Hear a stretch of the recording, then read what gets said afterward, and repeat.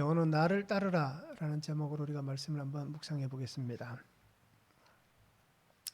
D.L. 무디를 다 아시죠? 미국의 유명한 복음 전도자입니다. D.L. 무디는 구두 수성공이었다가 구두 수성공이보다 솔직히 구두 닦기였죠. 그죠? 어린아이 때 구두 닦기를 하다가 그가 예수님을 만나게 되고, 그리고 그 예수님을 만나고 난 다음에 정말 전 세계적으로 유명한 복음을 전하는 사람이 되었습니다. 이 무디는 원래는 기독교인이 아니었습니다. 그러니까 유니테리안이라고 그러죠. 성부 하나님만 믿는 그런 집안이었습니다. 그러다가 이 사람이 예수님을 만나게 되고, 그리고 예수님의 귀한 복음을 전하는 그런 사람이 되었습니다. 이 D.L. 무디가 어느 날 있는데 한 청년이 무디를 찾아옵니다. 그래서 이 청년이 하는 얘기가 자랑스럽게 얘기합니다. 선생님, 주의를 지키는 것은 구원받기 위해서, 그죠? 그렇게 지키는 건데, 그런데 주의를 지킨다고 해서 구원받는 것은 아니지 않습니까? 라고 얘기합니다. 아주 어떻게 생각하면 맞는 말이잖아요, 그죠? 주의를 지킨다고 해서 구원받는 것은 아니다라고 우리가 알 수 있는 거예요. 그래서 이 청년이 그 다음에 얘기합니다. 주의를 지킴으로 구원받는 것이 아니라 예수님을 구주로 믿으면 구원받는 것 아닙니까? 라고 이렇게 청년이 물었습니다. 맞는 말이잖아요, 그죠? 주일날 이렇게 오는 그것도 참 중요하지만 주일날 와도 예수님을 안 믿으면 구원을 못 받는 거예요. 그래서 구원받는 것은 예수님을 믿기 때문에 구원을 받는 것입니다. 그래서 무디가 들어보니까 맞는 말이잖아요. 그래서 예, 맞는 말입니다. 그러니까 이 청년이 이렇게 얘기합니다. 그래서 저는 주일날 꼬박꼬박 교회에 나갈 필요가 없다고 생각합니다. 참 논리가 정연하잖아요, 그죠? 이렇게 해서 구원을 받는 것이기 때문에 나는 매주 꼬박꼬박 주일날 나갈 필요가 없다라고 생각하고 있다라고 얘기합니다. 결국 얘기는 그가 그렇게 하고 있다는 얘기예요. 그래서 이 무디가 무엇을 얘기할까라고 곰곰이 생각하다가 난로 안에 있는 조개탄을 하나 끄집어냅니다. 지금 굉장히 뜨겁지 않겠습니까? 조개탄이 들어가서 난로 안에서 활활 타고 있는데 그 조개탄 하나를 집게를 가지고 딱 드러냅니다. 그리고는 그것을 이렇게 들고 보여줍니다. 아무 얘기도 하지 않고 그냥 조개탄 하나만 딱 들고 있습니다. 그럼 이 조개탄이 어떻게 되겠습니까? 시간이 지나면 정말 불이 타올랐던 발갛게 달구어져 있고 불꽃이 보이던 이 조개탄이 어떻게 됩니까? 서서히 불이 꺼져갑니다. 그러니까 그것을 한참 쳐다보고 있던 이 청년이 무엇인가 깨달았다는 듯이 얘기를 합니다. 성도는, 신자는 마치 이 조개탄과 같다는 말씀이군요 라고 그가 깨달음을 얘기합니다. 그러면서 이렇게 얘기합니다. 함께 있으면 큰 불이 되지만 하나씩 흩어져 있으면 결국 꺼져버리고 마는군요 라고 그가 무디 선생님에게 얘기합니다. 어떻습니까? 우리 성도님 생각은 어떻습니까? 하나님 앞에 예배하는 것, 우리가 코로나 팬데믹 때문에 어쩔 수 없이 이렇게 영상으로 예배를 드리고 있지만, 제가 늘 말씀을 드리지만 염려되는 것 중에 한 가지가 뭐냐면 이것이 한국 교회의 어떤 또 하나의 이런 뭐라 그래야 됩니까? 흐름이 되어버리면 안 된다라는 것입니다. 그때는 영상으로 예배 드렸는데 아무 문제가 없었지 않느냐. 그런데 이제 와서 왜 그렇게 얘기하느냐 라고 얘기하는 그 환경이 생겨날 수도 있는 지금의 모습입니다. 2년이라는 긴 시간 동안 계속해서 우리가 이렇게 예배를 드리기 때문에. 그런데 중요한 것은 무엇이겠습니까? 함께 하나님 앞에 나와 예배하는 것이 참 중요하다는 겁니다. 불은 혼자서 타오를 수가 없습니다. 아무리 열심히 신앙을 가지고 살아간다 할지라도 혼자 있으면 결국 꺼져가는 조개탄과 똑같습니다.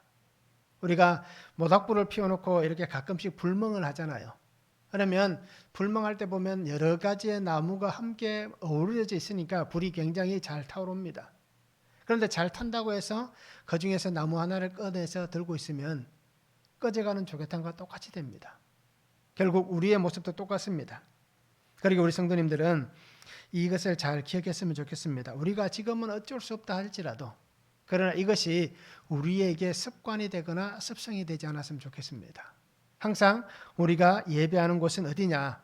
하나님 앞에 나와 함께 성도가 하나님 앞에 영광을 올려드린 이곳이 올바른 예배의 자리다라는 것을 우리가 함께 기억했으면 좋겠습니다.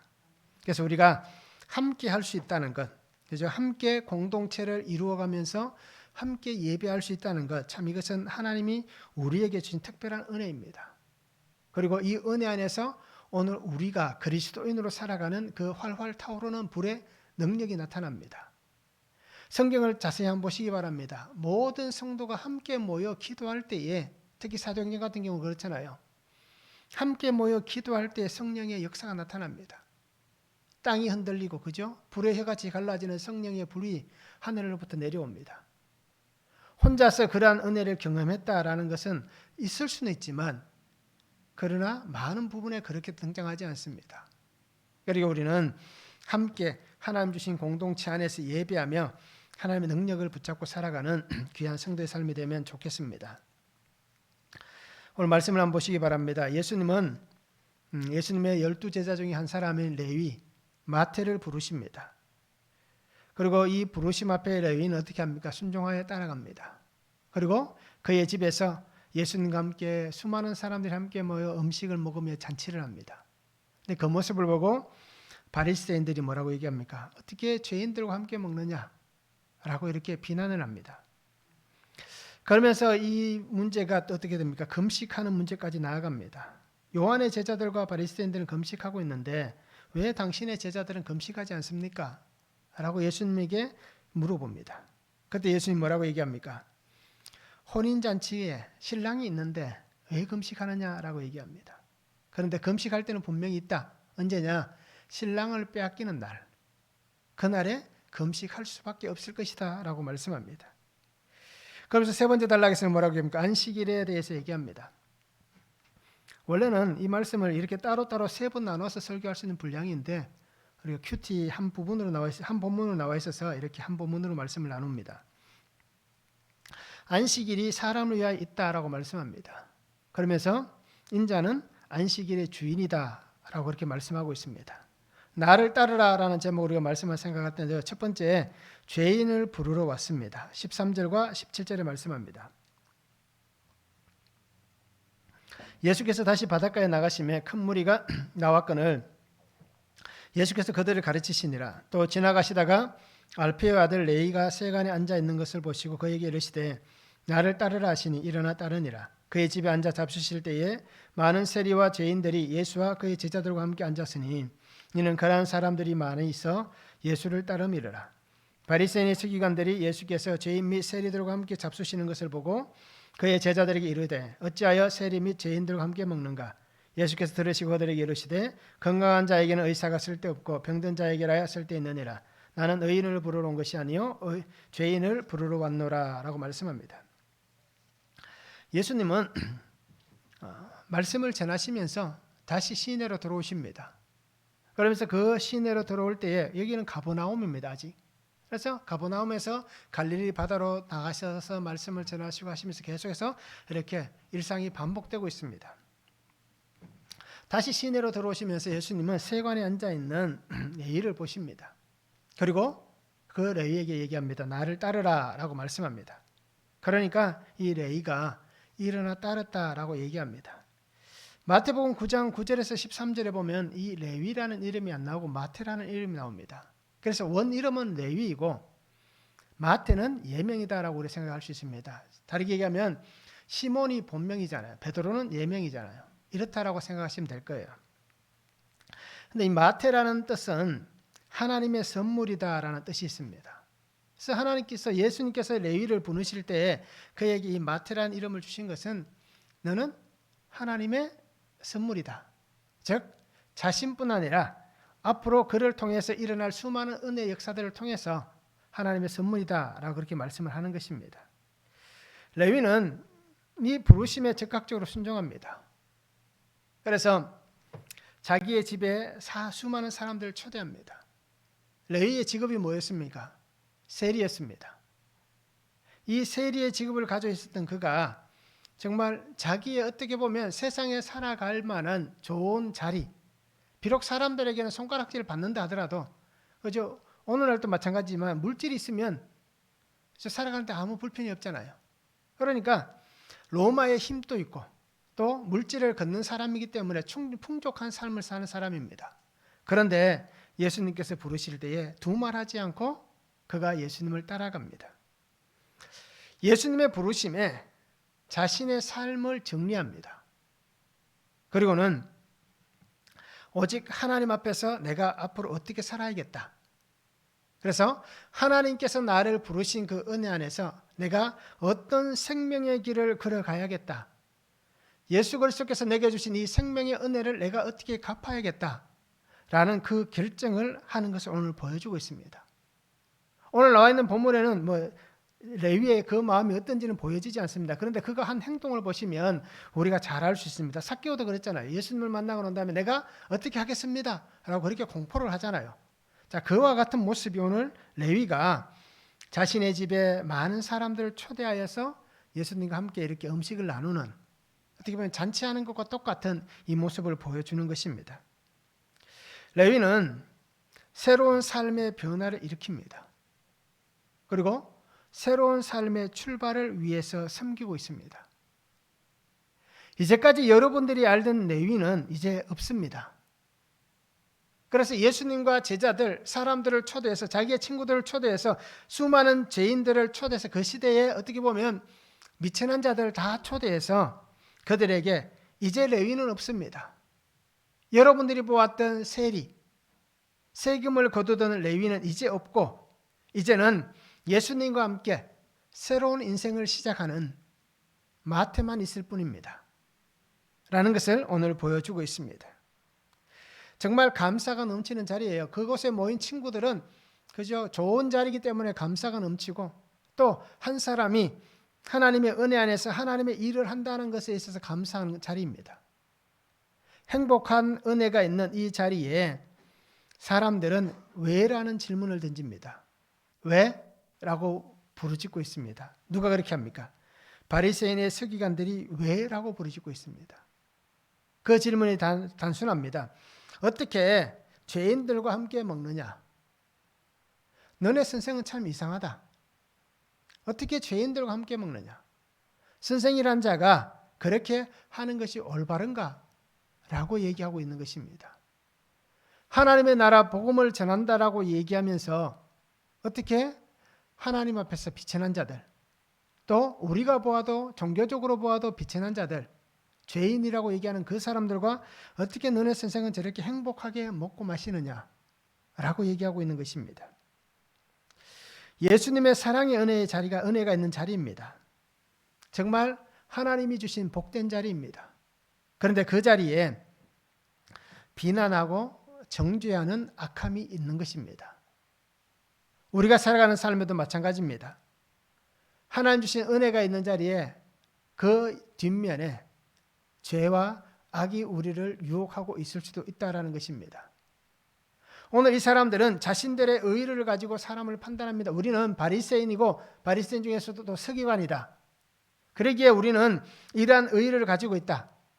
그렇게 자신들의 그 의를 가지고 사람을 판단하고 비난하고 정죄합니다. 이것이 오늘 우리들의 모습과 같다라는 것입니다. 우리도 많은 사람들을 비난하고 어떻습니까? 정죄하고 판단하기를 스스럼없이 생각하고 있습니다. 그러면서도 우리는 나는 괜찮다 라는 악한 자들입니다.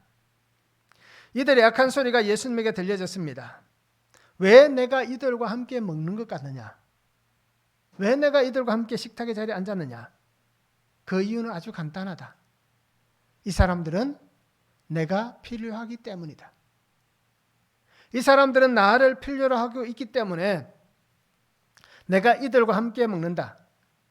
그러면서 예수님께서 예로 드신 얘기가 뭡니까? 건강한 자에게는 의사가 쓸데없지만 병든 자에게는 의사가 필요하다라는 것입니다. 바로 이 사람들은 너희들이 얘기하는 죄인이기 때문에 이 죄인에게는 이 죄를 씻어줄 만한, 이 죄를 용서해줄 만한 그 한 사람이 있어야 되는데 바로 내가 하나님의 은혜로 이들을 쌓을 수 있는 권세가 있기 때문에 내가 이들과 죄인들과 함께 먹는다라고 말씀하고 있는 것입니다. 그러면서 주님 분명히 얘기합니다. 나는 의인을 부르러 온 것이 아니다. 나는 죄인을 부르러 왔다라고 말씀합니다. 여기에서 우리가 의인이라고 표현하신 예수님의 표현을 잘 보시기 바랍니다. 이 의인이라는 표현은 하나님 앞에서 의로운 자가 아닙니다. 하나님 앞에서 의인이다 라고 표현하는 그 의인이 아닙니다. 이 의인은 어떤 의인이냐? 이 바리새인의 서기관들과 같은 스스로가 의롭다고 인정하고 스스로가 의롭다고 여기는 자들, 즉 이들은 하나님의 도움은 필요 없다라고 여기는 악한 자들이란 것입니다. 바로 그러한 자를 내가 부르러 온 것이 아니다. 나는 의로운 척하며 사는 악하고 악한 인생을 부르러 온 것이 아니다라는 겁니다. 그냥 의로운 척하고 살면서 정말 자기가 악하면서도 그 악한 인생을 살면서도 나는 아니다 부르짖는 그러한 인생을 하나님이 부르러 온 것이 아니라는 것입니다.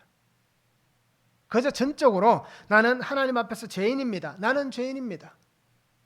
하나님 나는 죄인입니다. 라고 얘기하는 그 한 사람을 부르기 위해서 왔다라는 것입니다. 그러기에 내가 이들과 먹는 것은 당연한 것이다 라고 말씀하고 있는 것입니다.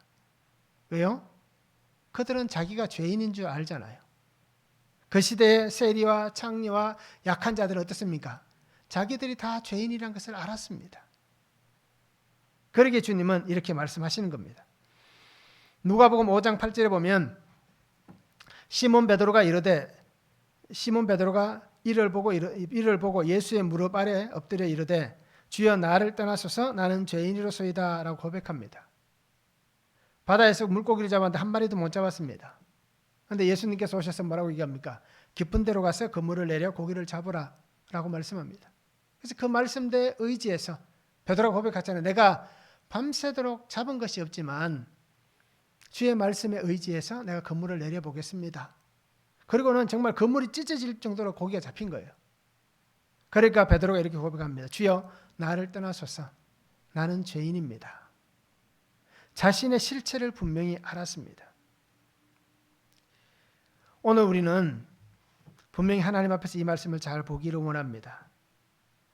나의 건강함, 나는 괜찮다라고 외치는 자들은 예수님께서 이 땅에 죄인을 부르러 오신 그 주님의 모든 것을 비난하는 사람들입니다. 내가 건강하다라고 얘기한다면, 내가 죄인이면서도 괜찮다라고 얘기한다면 나는 예수님의 그 구속 사역을 거스르는 자이고 그 구속 사역을 비난하는 자입니다. 누구 같지요? 바리새인의 서기관들과 같이 바로 그러한 삶을 살아간다는 것입니다. 그리고 우리는 내가 있는 그 자리가 죄인의 자리입니다. 레위는 세관이라는 죄의 자리에 앉아 있었습니다. 그리고 자기 집도 죄의 자리잖아요. 그 죄의 자리에 앉아서 주님을 만났습니다. 이렇듯 오늘 우리도 죄의 자리에서 주님을 만나시기 바랍니다. 그 만남의 자리에서 하나님이 주시는 그 은혜를 받으시기 바랍니다. 내가 부르러 온 이 죄인이 바로 너다라고 말씀하실 때에 주님 내가 죄인입니다.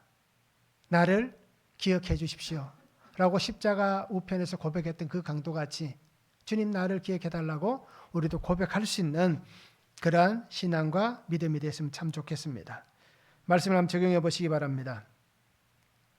예수님의 오심은 죄인된 나를 부르러 오셨음을 인정하십니까? 죄인이 나를 부르러 오셨다라는 것을 인정하시는지 우리가 말씀을 한번 적용해 보시기 바랍니다. 죄와 상처가 있습니다. 아픔이 있습니다.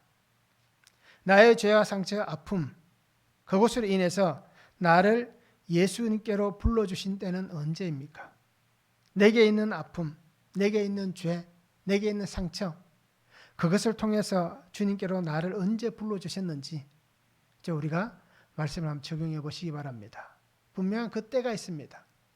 아직 그때가 되지 못했다면 하나님 앞에 하나님 나를 불러달라고 우리가 기도하시기 바랍니다. 은혜를 달라고 주의 음성이 들려서 내가 죄인됨을 정말 진실됨으로 고백할 수 있는 그러한 삶이 될 수 있도록 기도했으면 좋겠습니다.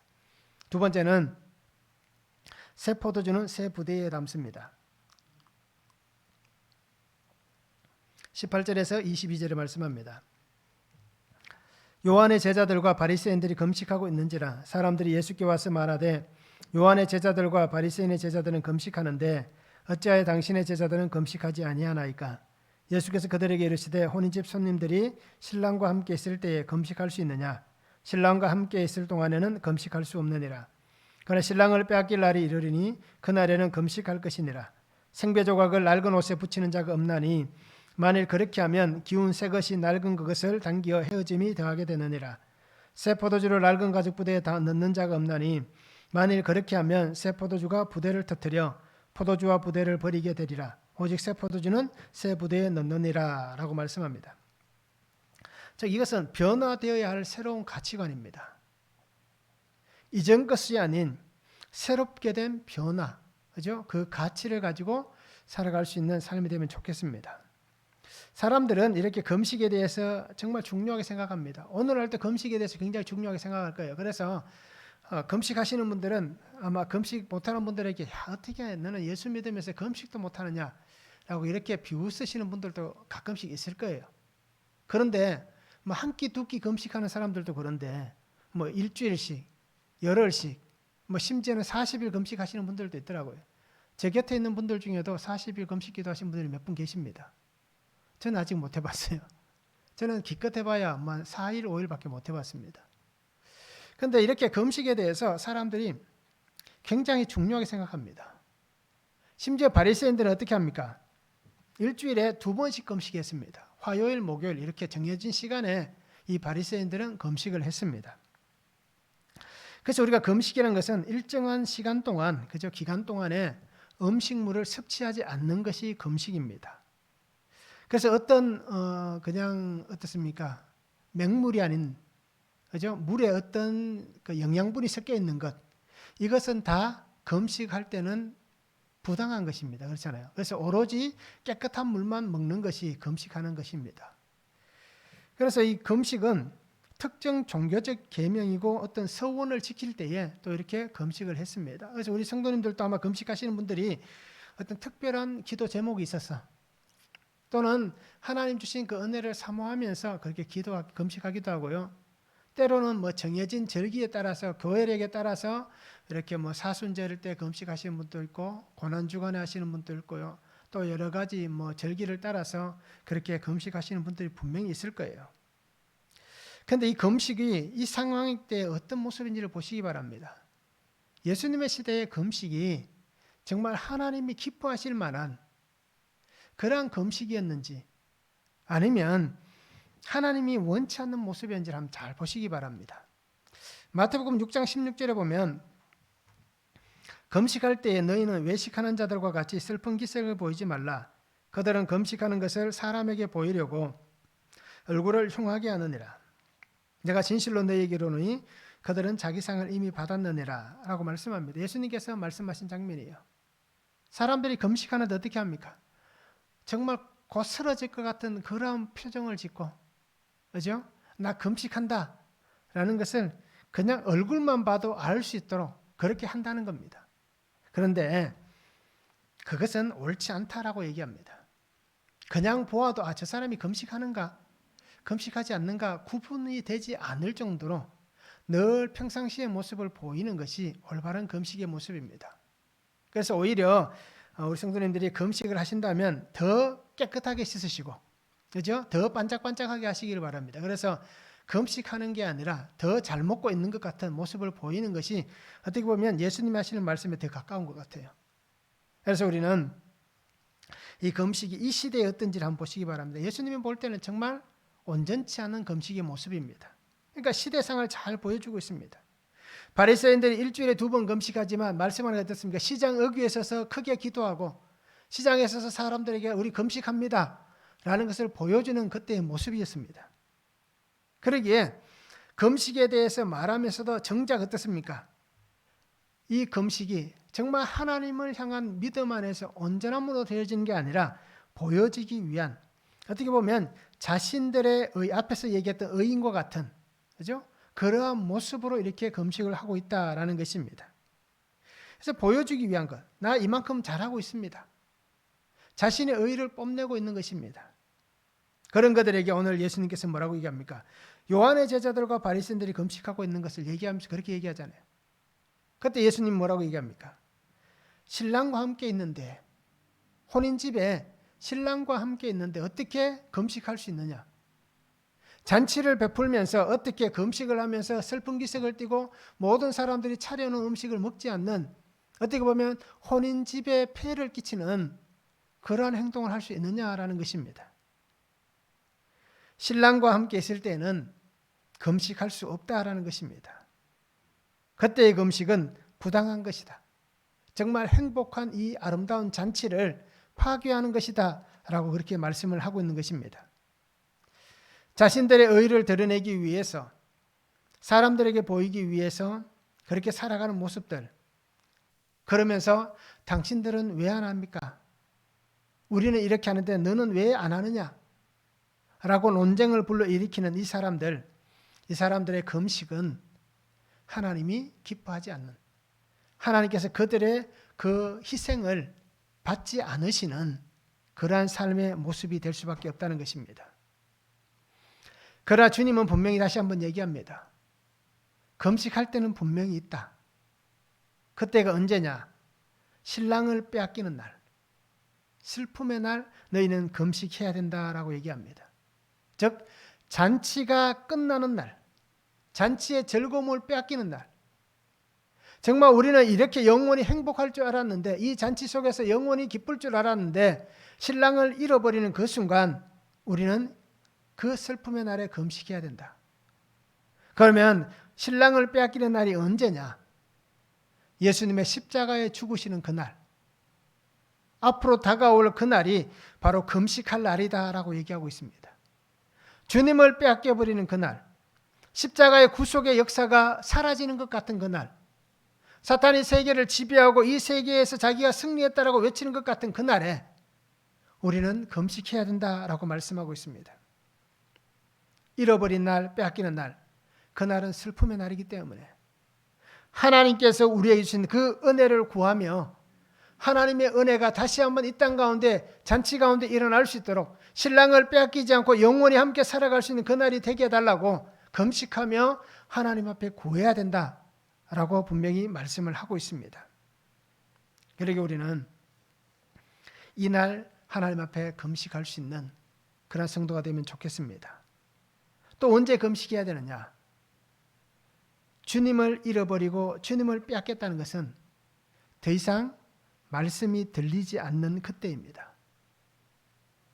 하나님께서 예수 그리스도 통하여서 구속의 말씀을 주시는데 주님이 사라져버린 날, 죽음으로 끝나버린 그날, 이제 더 이상 하나님의 생명의 말씀, 구속사의 말씀이 들리지 않는 그때에 우리가 금식하며 주의 은혜를 구해야 되는데, 오늘 우리가 금식하는 것은 바로 이때인 것입니다.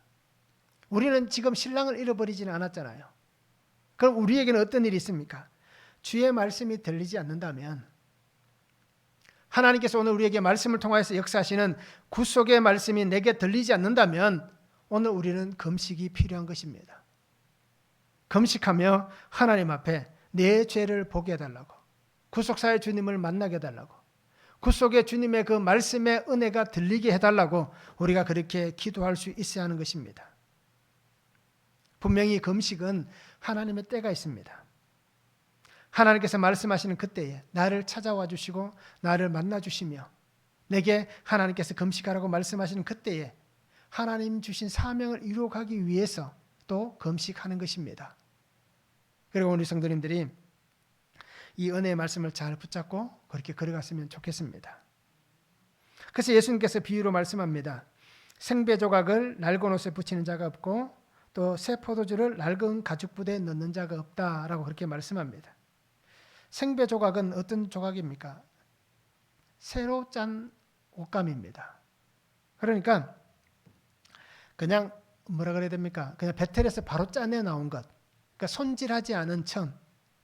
그러니까 어떻게 보면 옷은 어떻습니까? 오랜 시간 동안 물에 들어갔다 나왔다 또 땀 속에 있다가 하여튼 이렇게 빨래를 하고 해서 오랜 시간 동안 옷감이 어떻습니까? 수축하고 늘어났다 반복하면서 옷이 이렇게 헤어져 가지 않습니까? 그런데 생배 조각은 어떻습니까? 손질하지 않은 천이기 때문에 수축이 일어날 수 있는 겁니다. 물이 묻는다든지 또 땀으로 인해서 옷감이 수축이 일어나면 그 새 천은 힘이 있으니까 찢어지지 않잖아요. 그럼 어디가 찢어지겠습니까? 연결해 놓은 낡은 옷들이 찢어져 나가는 겁니다. 바로 그것을 예수님이 말씀합니다. 또 새 포도주는 어떻습니까? 새 포도주는 계속해서 아직 발효되어져 가는 과정에 있습니다. 그래서 우리가 교회에서 성찬할 때 쓰는 포도주도 예전에는 담았잖아요. 그 담은 포도주가 어떻습니까? 올해 다르고 내년에 다르고 그 다음에 다르고 맛이 점점 달라지잖아요. 깊어지잖아요. 왜요? 계속해서 발효되기 때문에. 그런데 이렇게 새 포도주, 발효되고 있는 이 새 포도주를 낡은 가죽부대에 담으면 어떻습니까? 아마 이 발효를 통해서 팽창하다 보면 가죽부대가 낡았기 때문에 그 발효하는 힘을 버티지 못해서 찢어질 수밖에 없다라는 것입니다. 바로 이러한 모습이 오늘 이 금식의 모습과 똑같다라고 그렇게 예수님이 말씀하고 있습니다. 그리고 이것은 이제는 가치관의 변화가 일어나야 하는 것입니다. 너희가 언제까지 그렇게 옛 습관에 잡혀 있겠느냐? 너희가 하나님 앞에서 의로운 척하면서 언제까지 그렇게 변화되지 않는 가치관을 가지고 그렇게 살아갈 것이냐? 이제 예수님 안에서 새로운 가치관을 가지고 옛 습성, 환경, 삶을 다 이제는 하나님 앞에서 다 끄집어내고 밀어내버리고 이제는 하나님 주신 새로운 그 말씀 안에서 새롭게 변화된 그 구속의 가치관을 가지고 변화된 삶을 살아야 된다라는 것을 오늘 예수님께서 말씀해 주시고 있습니다. 그러기에 예수 그리스도를 담는 거룩한 이 복음의 가치로 변화된 성도가 되시기 바랍니다. 금식도 마찬가지고요. 또 이렇게 우리 안에 있는 말씀도 마찬가지고 우리의 삶도 마찬가지고 우리의 믿음도 마찬가지입니다. 구속의 주님으로 새로운 가치관, 구속의 가치관으로 새롭게 변화될 수 있는 그런 삶이 되면 참 좋겠습니다. 말씀을 한번 적용해 보시기 바랍니다. 지금 내가 가지고 있는 가치관이 말씀 안에서 예수님의 구원의 가치관으로 바뀌어 가고 있습니까? 어떻습니까? 바뀌어져 가고 있습니까? 아니면 여전히 나의 가치관을 가지고 있습니까? 세상의 가치관을 여전히 가지고 있습니까? 그래서 우리가 말씀을 한번 적용해 보시기 바랍니다. 여전히 고집하고 있는 변화되지 못한 나의 옛 모습은 무엇입니까? 이것은 절대 안 돼. 이 습성, 이 습관, 이것은 절대로 나는 버릴 수 없어, 포기할 수 없어 라고 여기는 그죠? 변화되지 않는 나의 옛 모습은 무엇이 있는지 말씀으로 한번 적용해 보시기 바랍니다.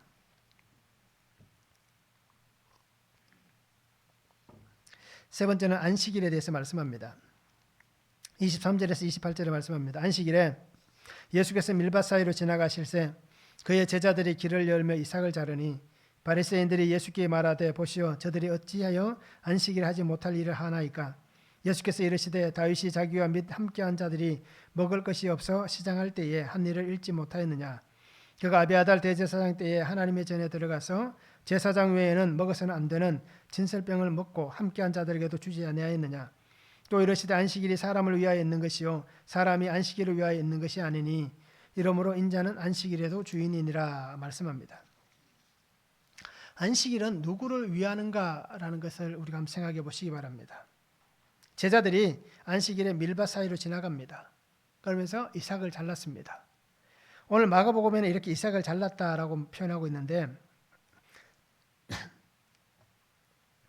누가복음에 보면 6장 1절에 보면 이삭을 잘라 손으로 비비어 먹으니라고 얘기합니다. 그러니까 제자들이 이삭을 잘라서 그것을 비벼서 그 밀을 먹었다라는 얘기입니다. 그런데 이 모습이 안식일을 범했다라고 이렇게 바리새인들이 예수님께 얘기합니다. 보십시오. 당신의 제자들이 저렇게 안식일 하지 못할 일을 어떻게 합니까? 라고 얘기합니다. 유대인들은 636가지의 법이 있었습니다. 10가지 율법 외에 그 율법을 계속해서 해석해내서 636가지의 법이 있었습니다. 그런데 그 중에서 안식일에 대한 규례, 안식일에 이것은 금지해야 된다, 이것은 하지 말아야 된다 하고는 것이 39가지가 있습니다. 그런데 그 39가지 중에서 추수와 관련된 것이 4가지가 있습니다. 바로 이 바리새인들이 얘기하는 것, 어떻게 저들은 안식일을 하지 못할 일을 합니까? 라고 얘기한 이것은 안식일에 추수의 4가지 규례를 어겼다라고 얘기하는 겁니다.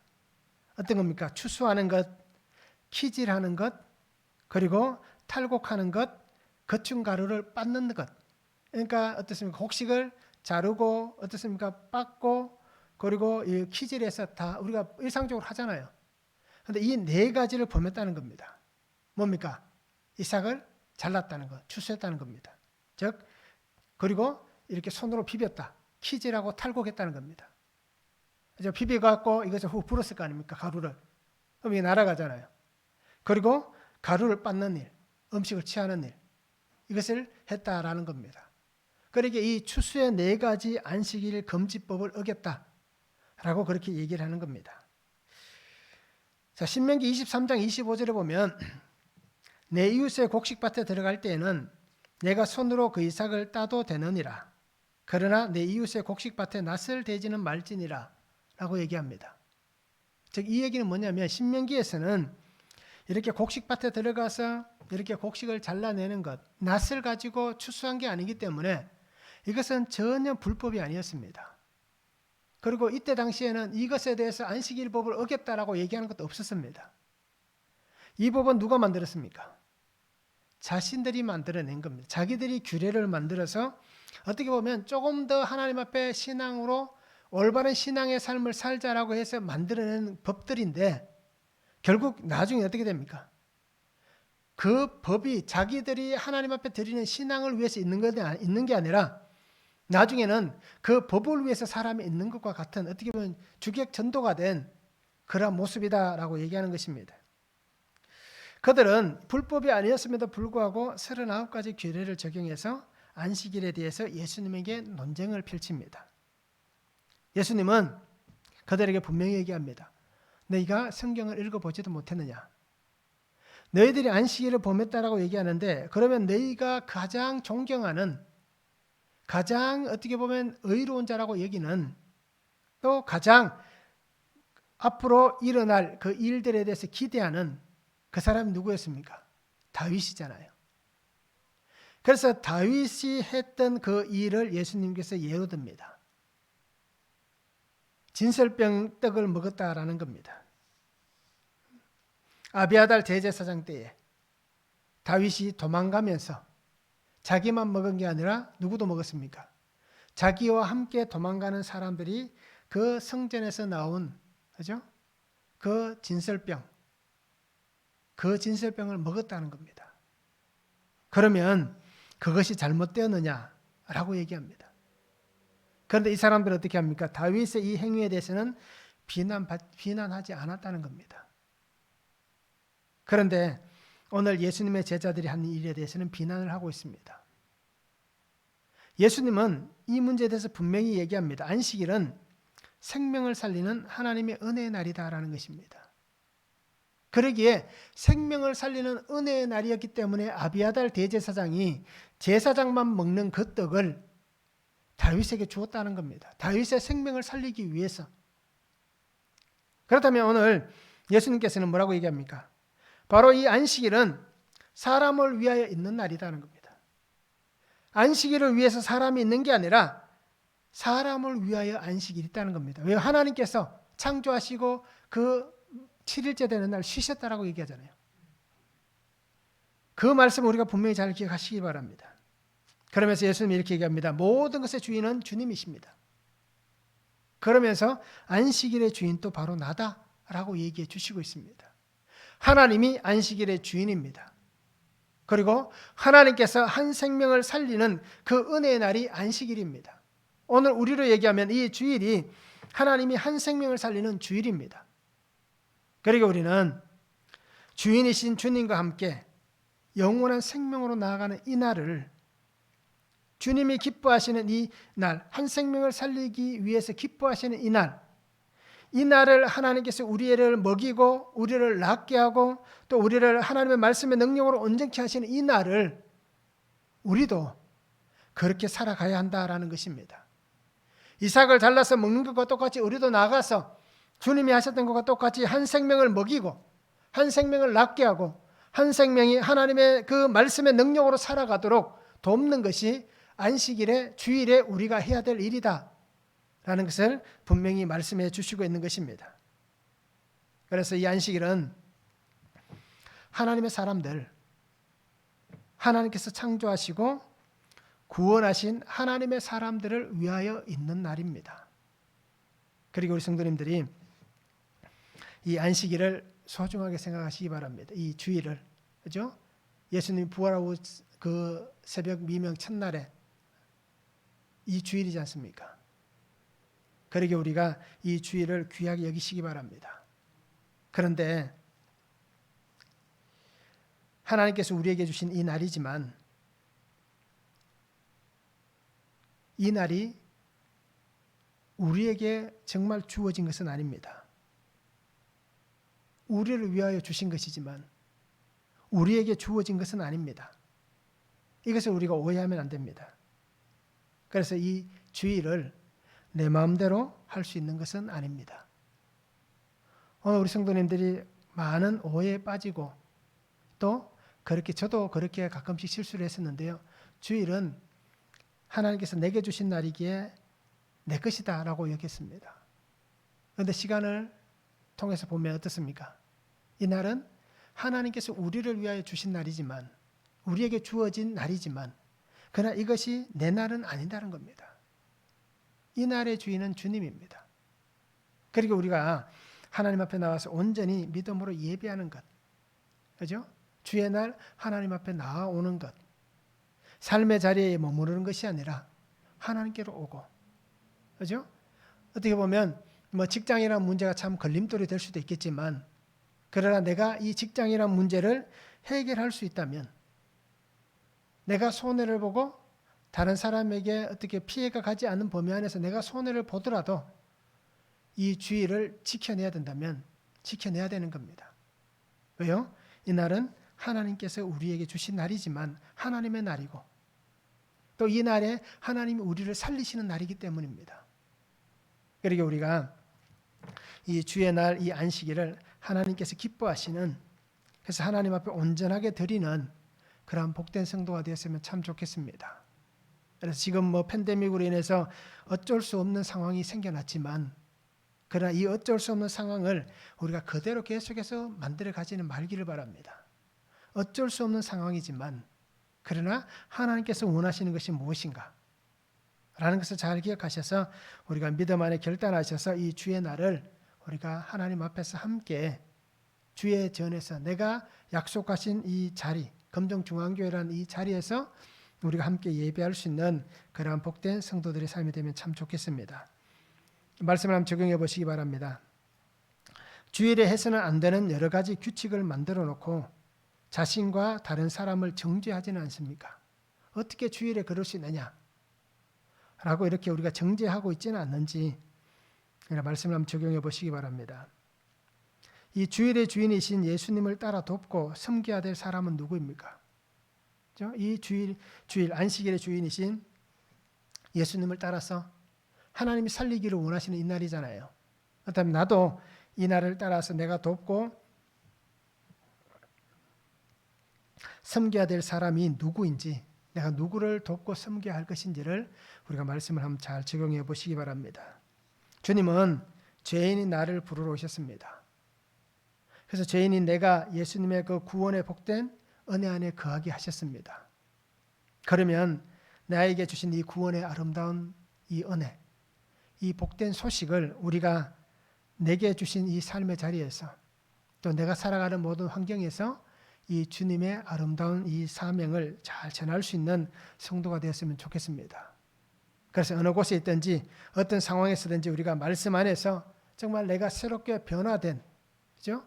하나님의 이 가치로 새롭게 변화된 그런 성도의 삶을 저와 우리 성도님들이 함께 살아갈 수 있기를 주님의 이름으로 축원합니다. 기도하겠습니다. 사랑의 아버지 하나님 감사합니다. 오늘도 우리에게 주신 말씀을 바라봅니다. 주 은혜 안에 살게 하시고 주의 말씀 안에 살아가게 하심에 감사를 드립니다. 아버지 하나님, 오늘 주신 말씀을 잘 기억하여서 우리가 주의 말씀에 붙어가는 자가 되게 하시고 어떤 상황에서든지 하나님께서 내게 기뻐하시는 그 아름다운 믿음의 삶을 살아가는 귀한 성도가 되게 하여 주시옵소서. 그리고 하나님께서 우리에게 주신 하나님의 날, 생명의 날, 안식일 하나님 주신 이 귀한 날, 생명을 살리는 이 날을 우리가 내가 원하는 대로 살아가는 것이 아니라 내 마음대로 해석하고 내 마음대로 적용하는 것이 아니라 하나님의 말씀에 의지하여서 하나님 말씀 안에서 우리가 이 날을 복되게 살아갈 수 있는, 함께 예배하며 약속하신 하나님의 전에서 우리가 함께 주님을 바라볼 수 있는 귀한 은혜와 복을 다하여 주시옵소서.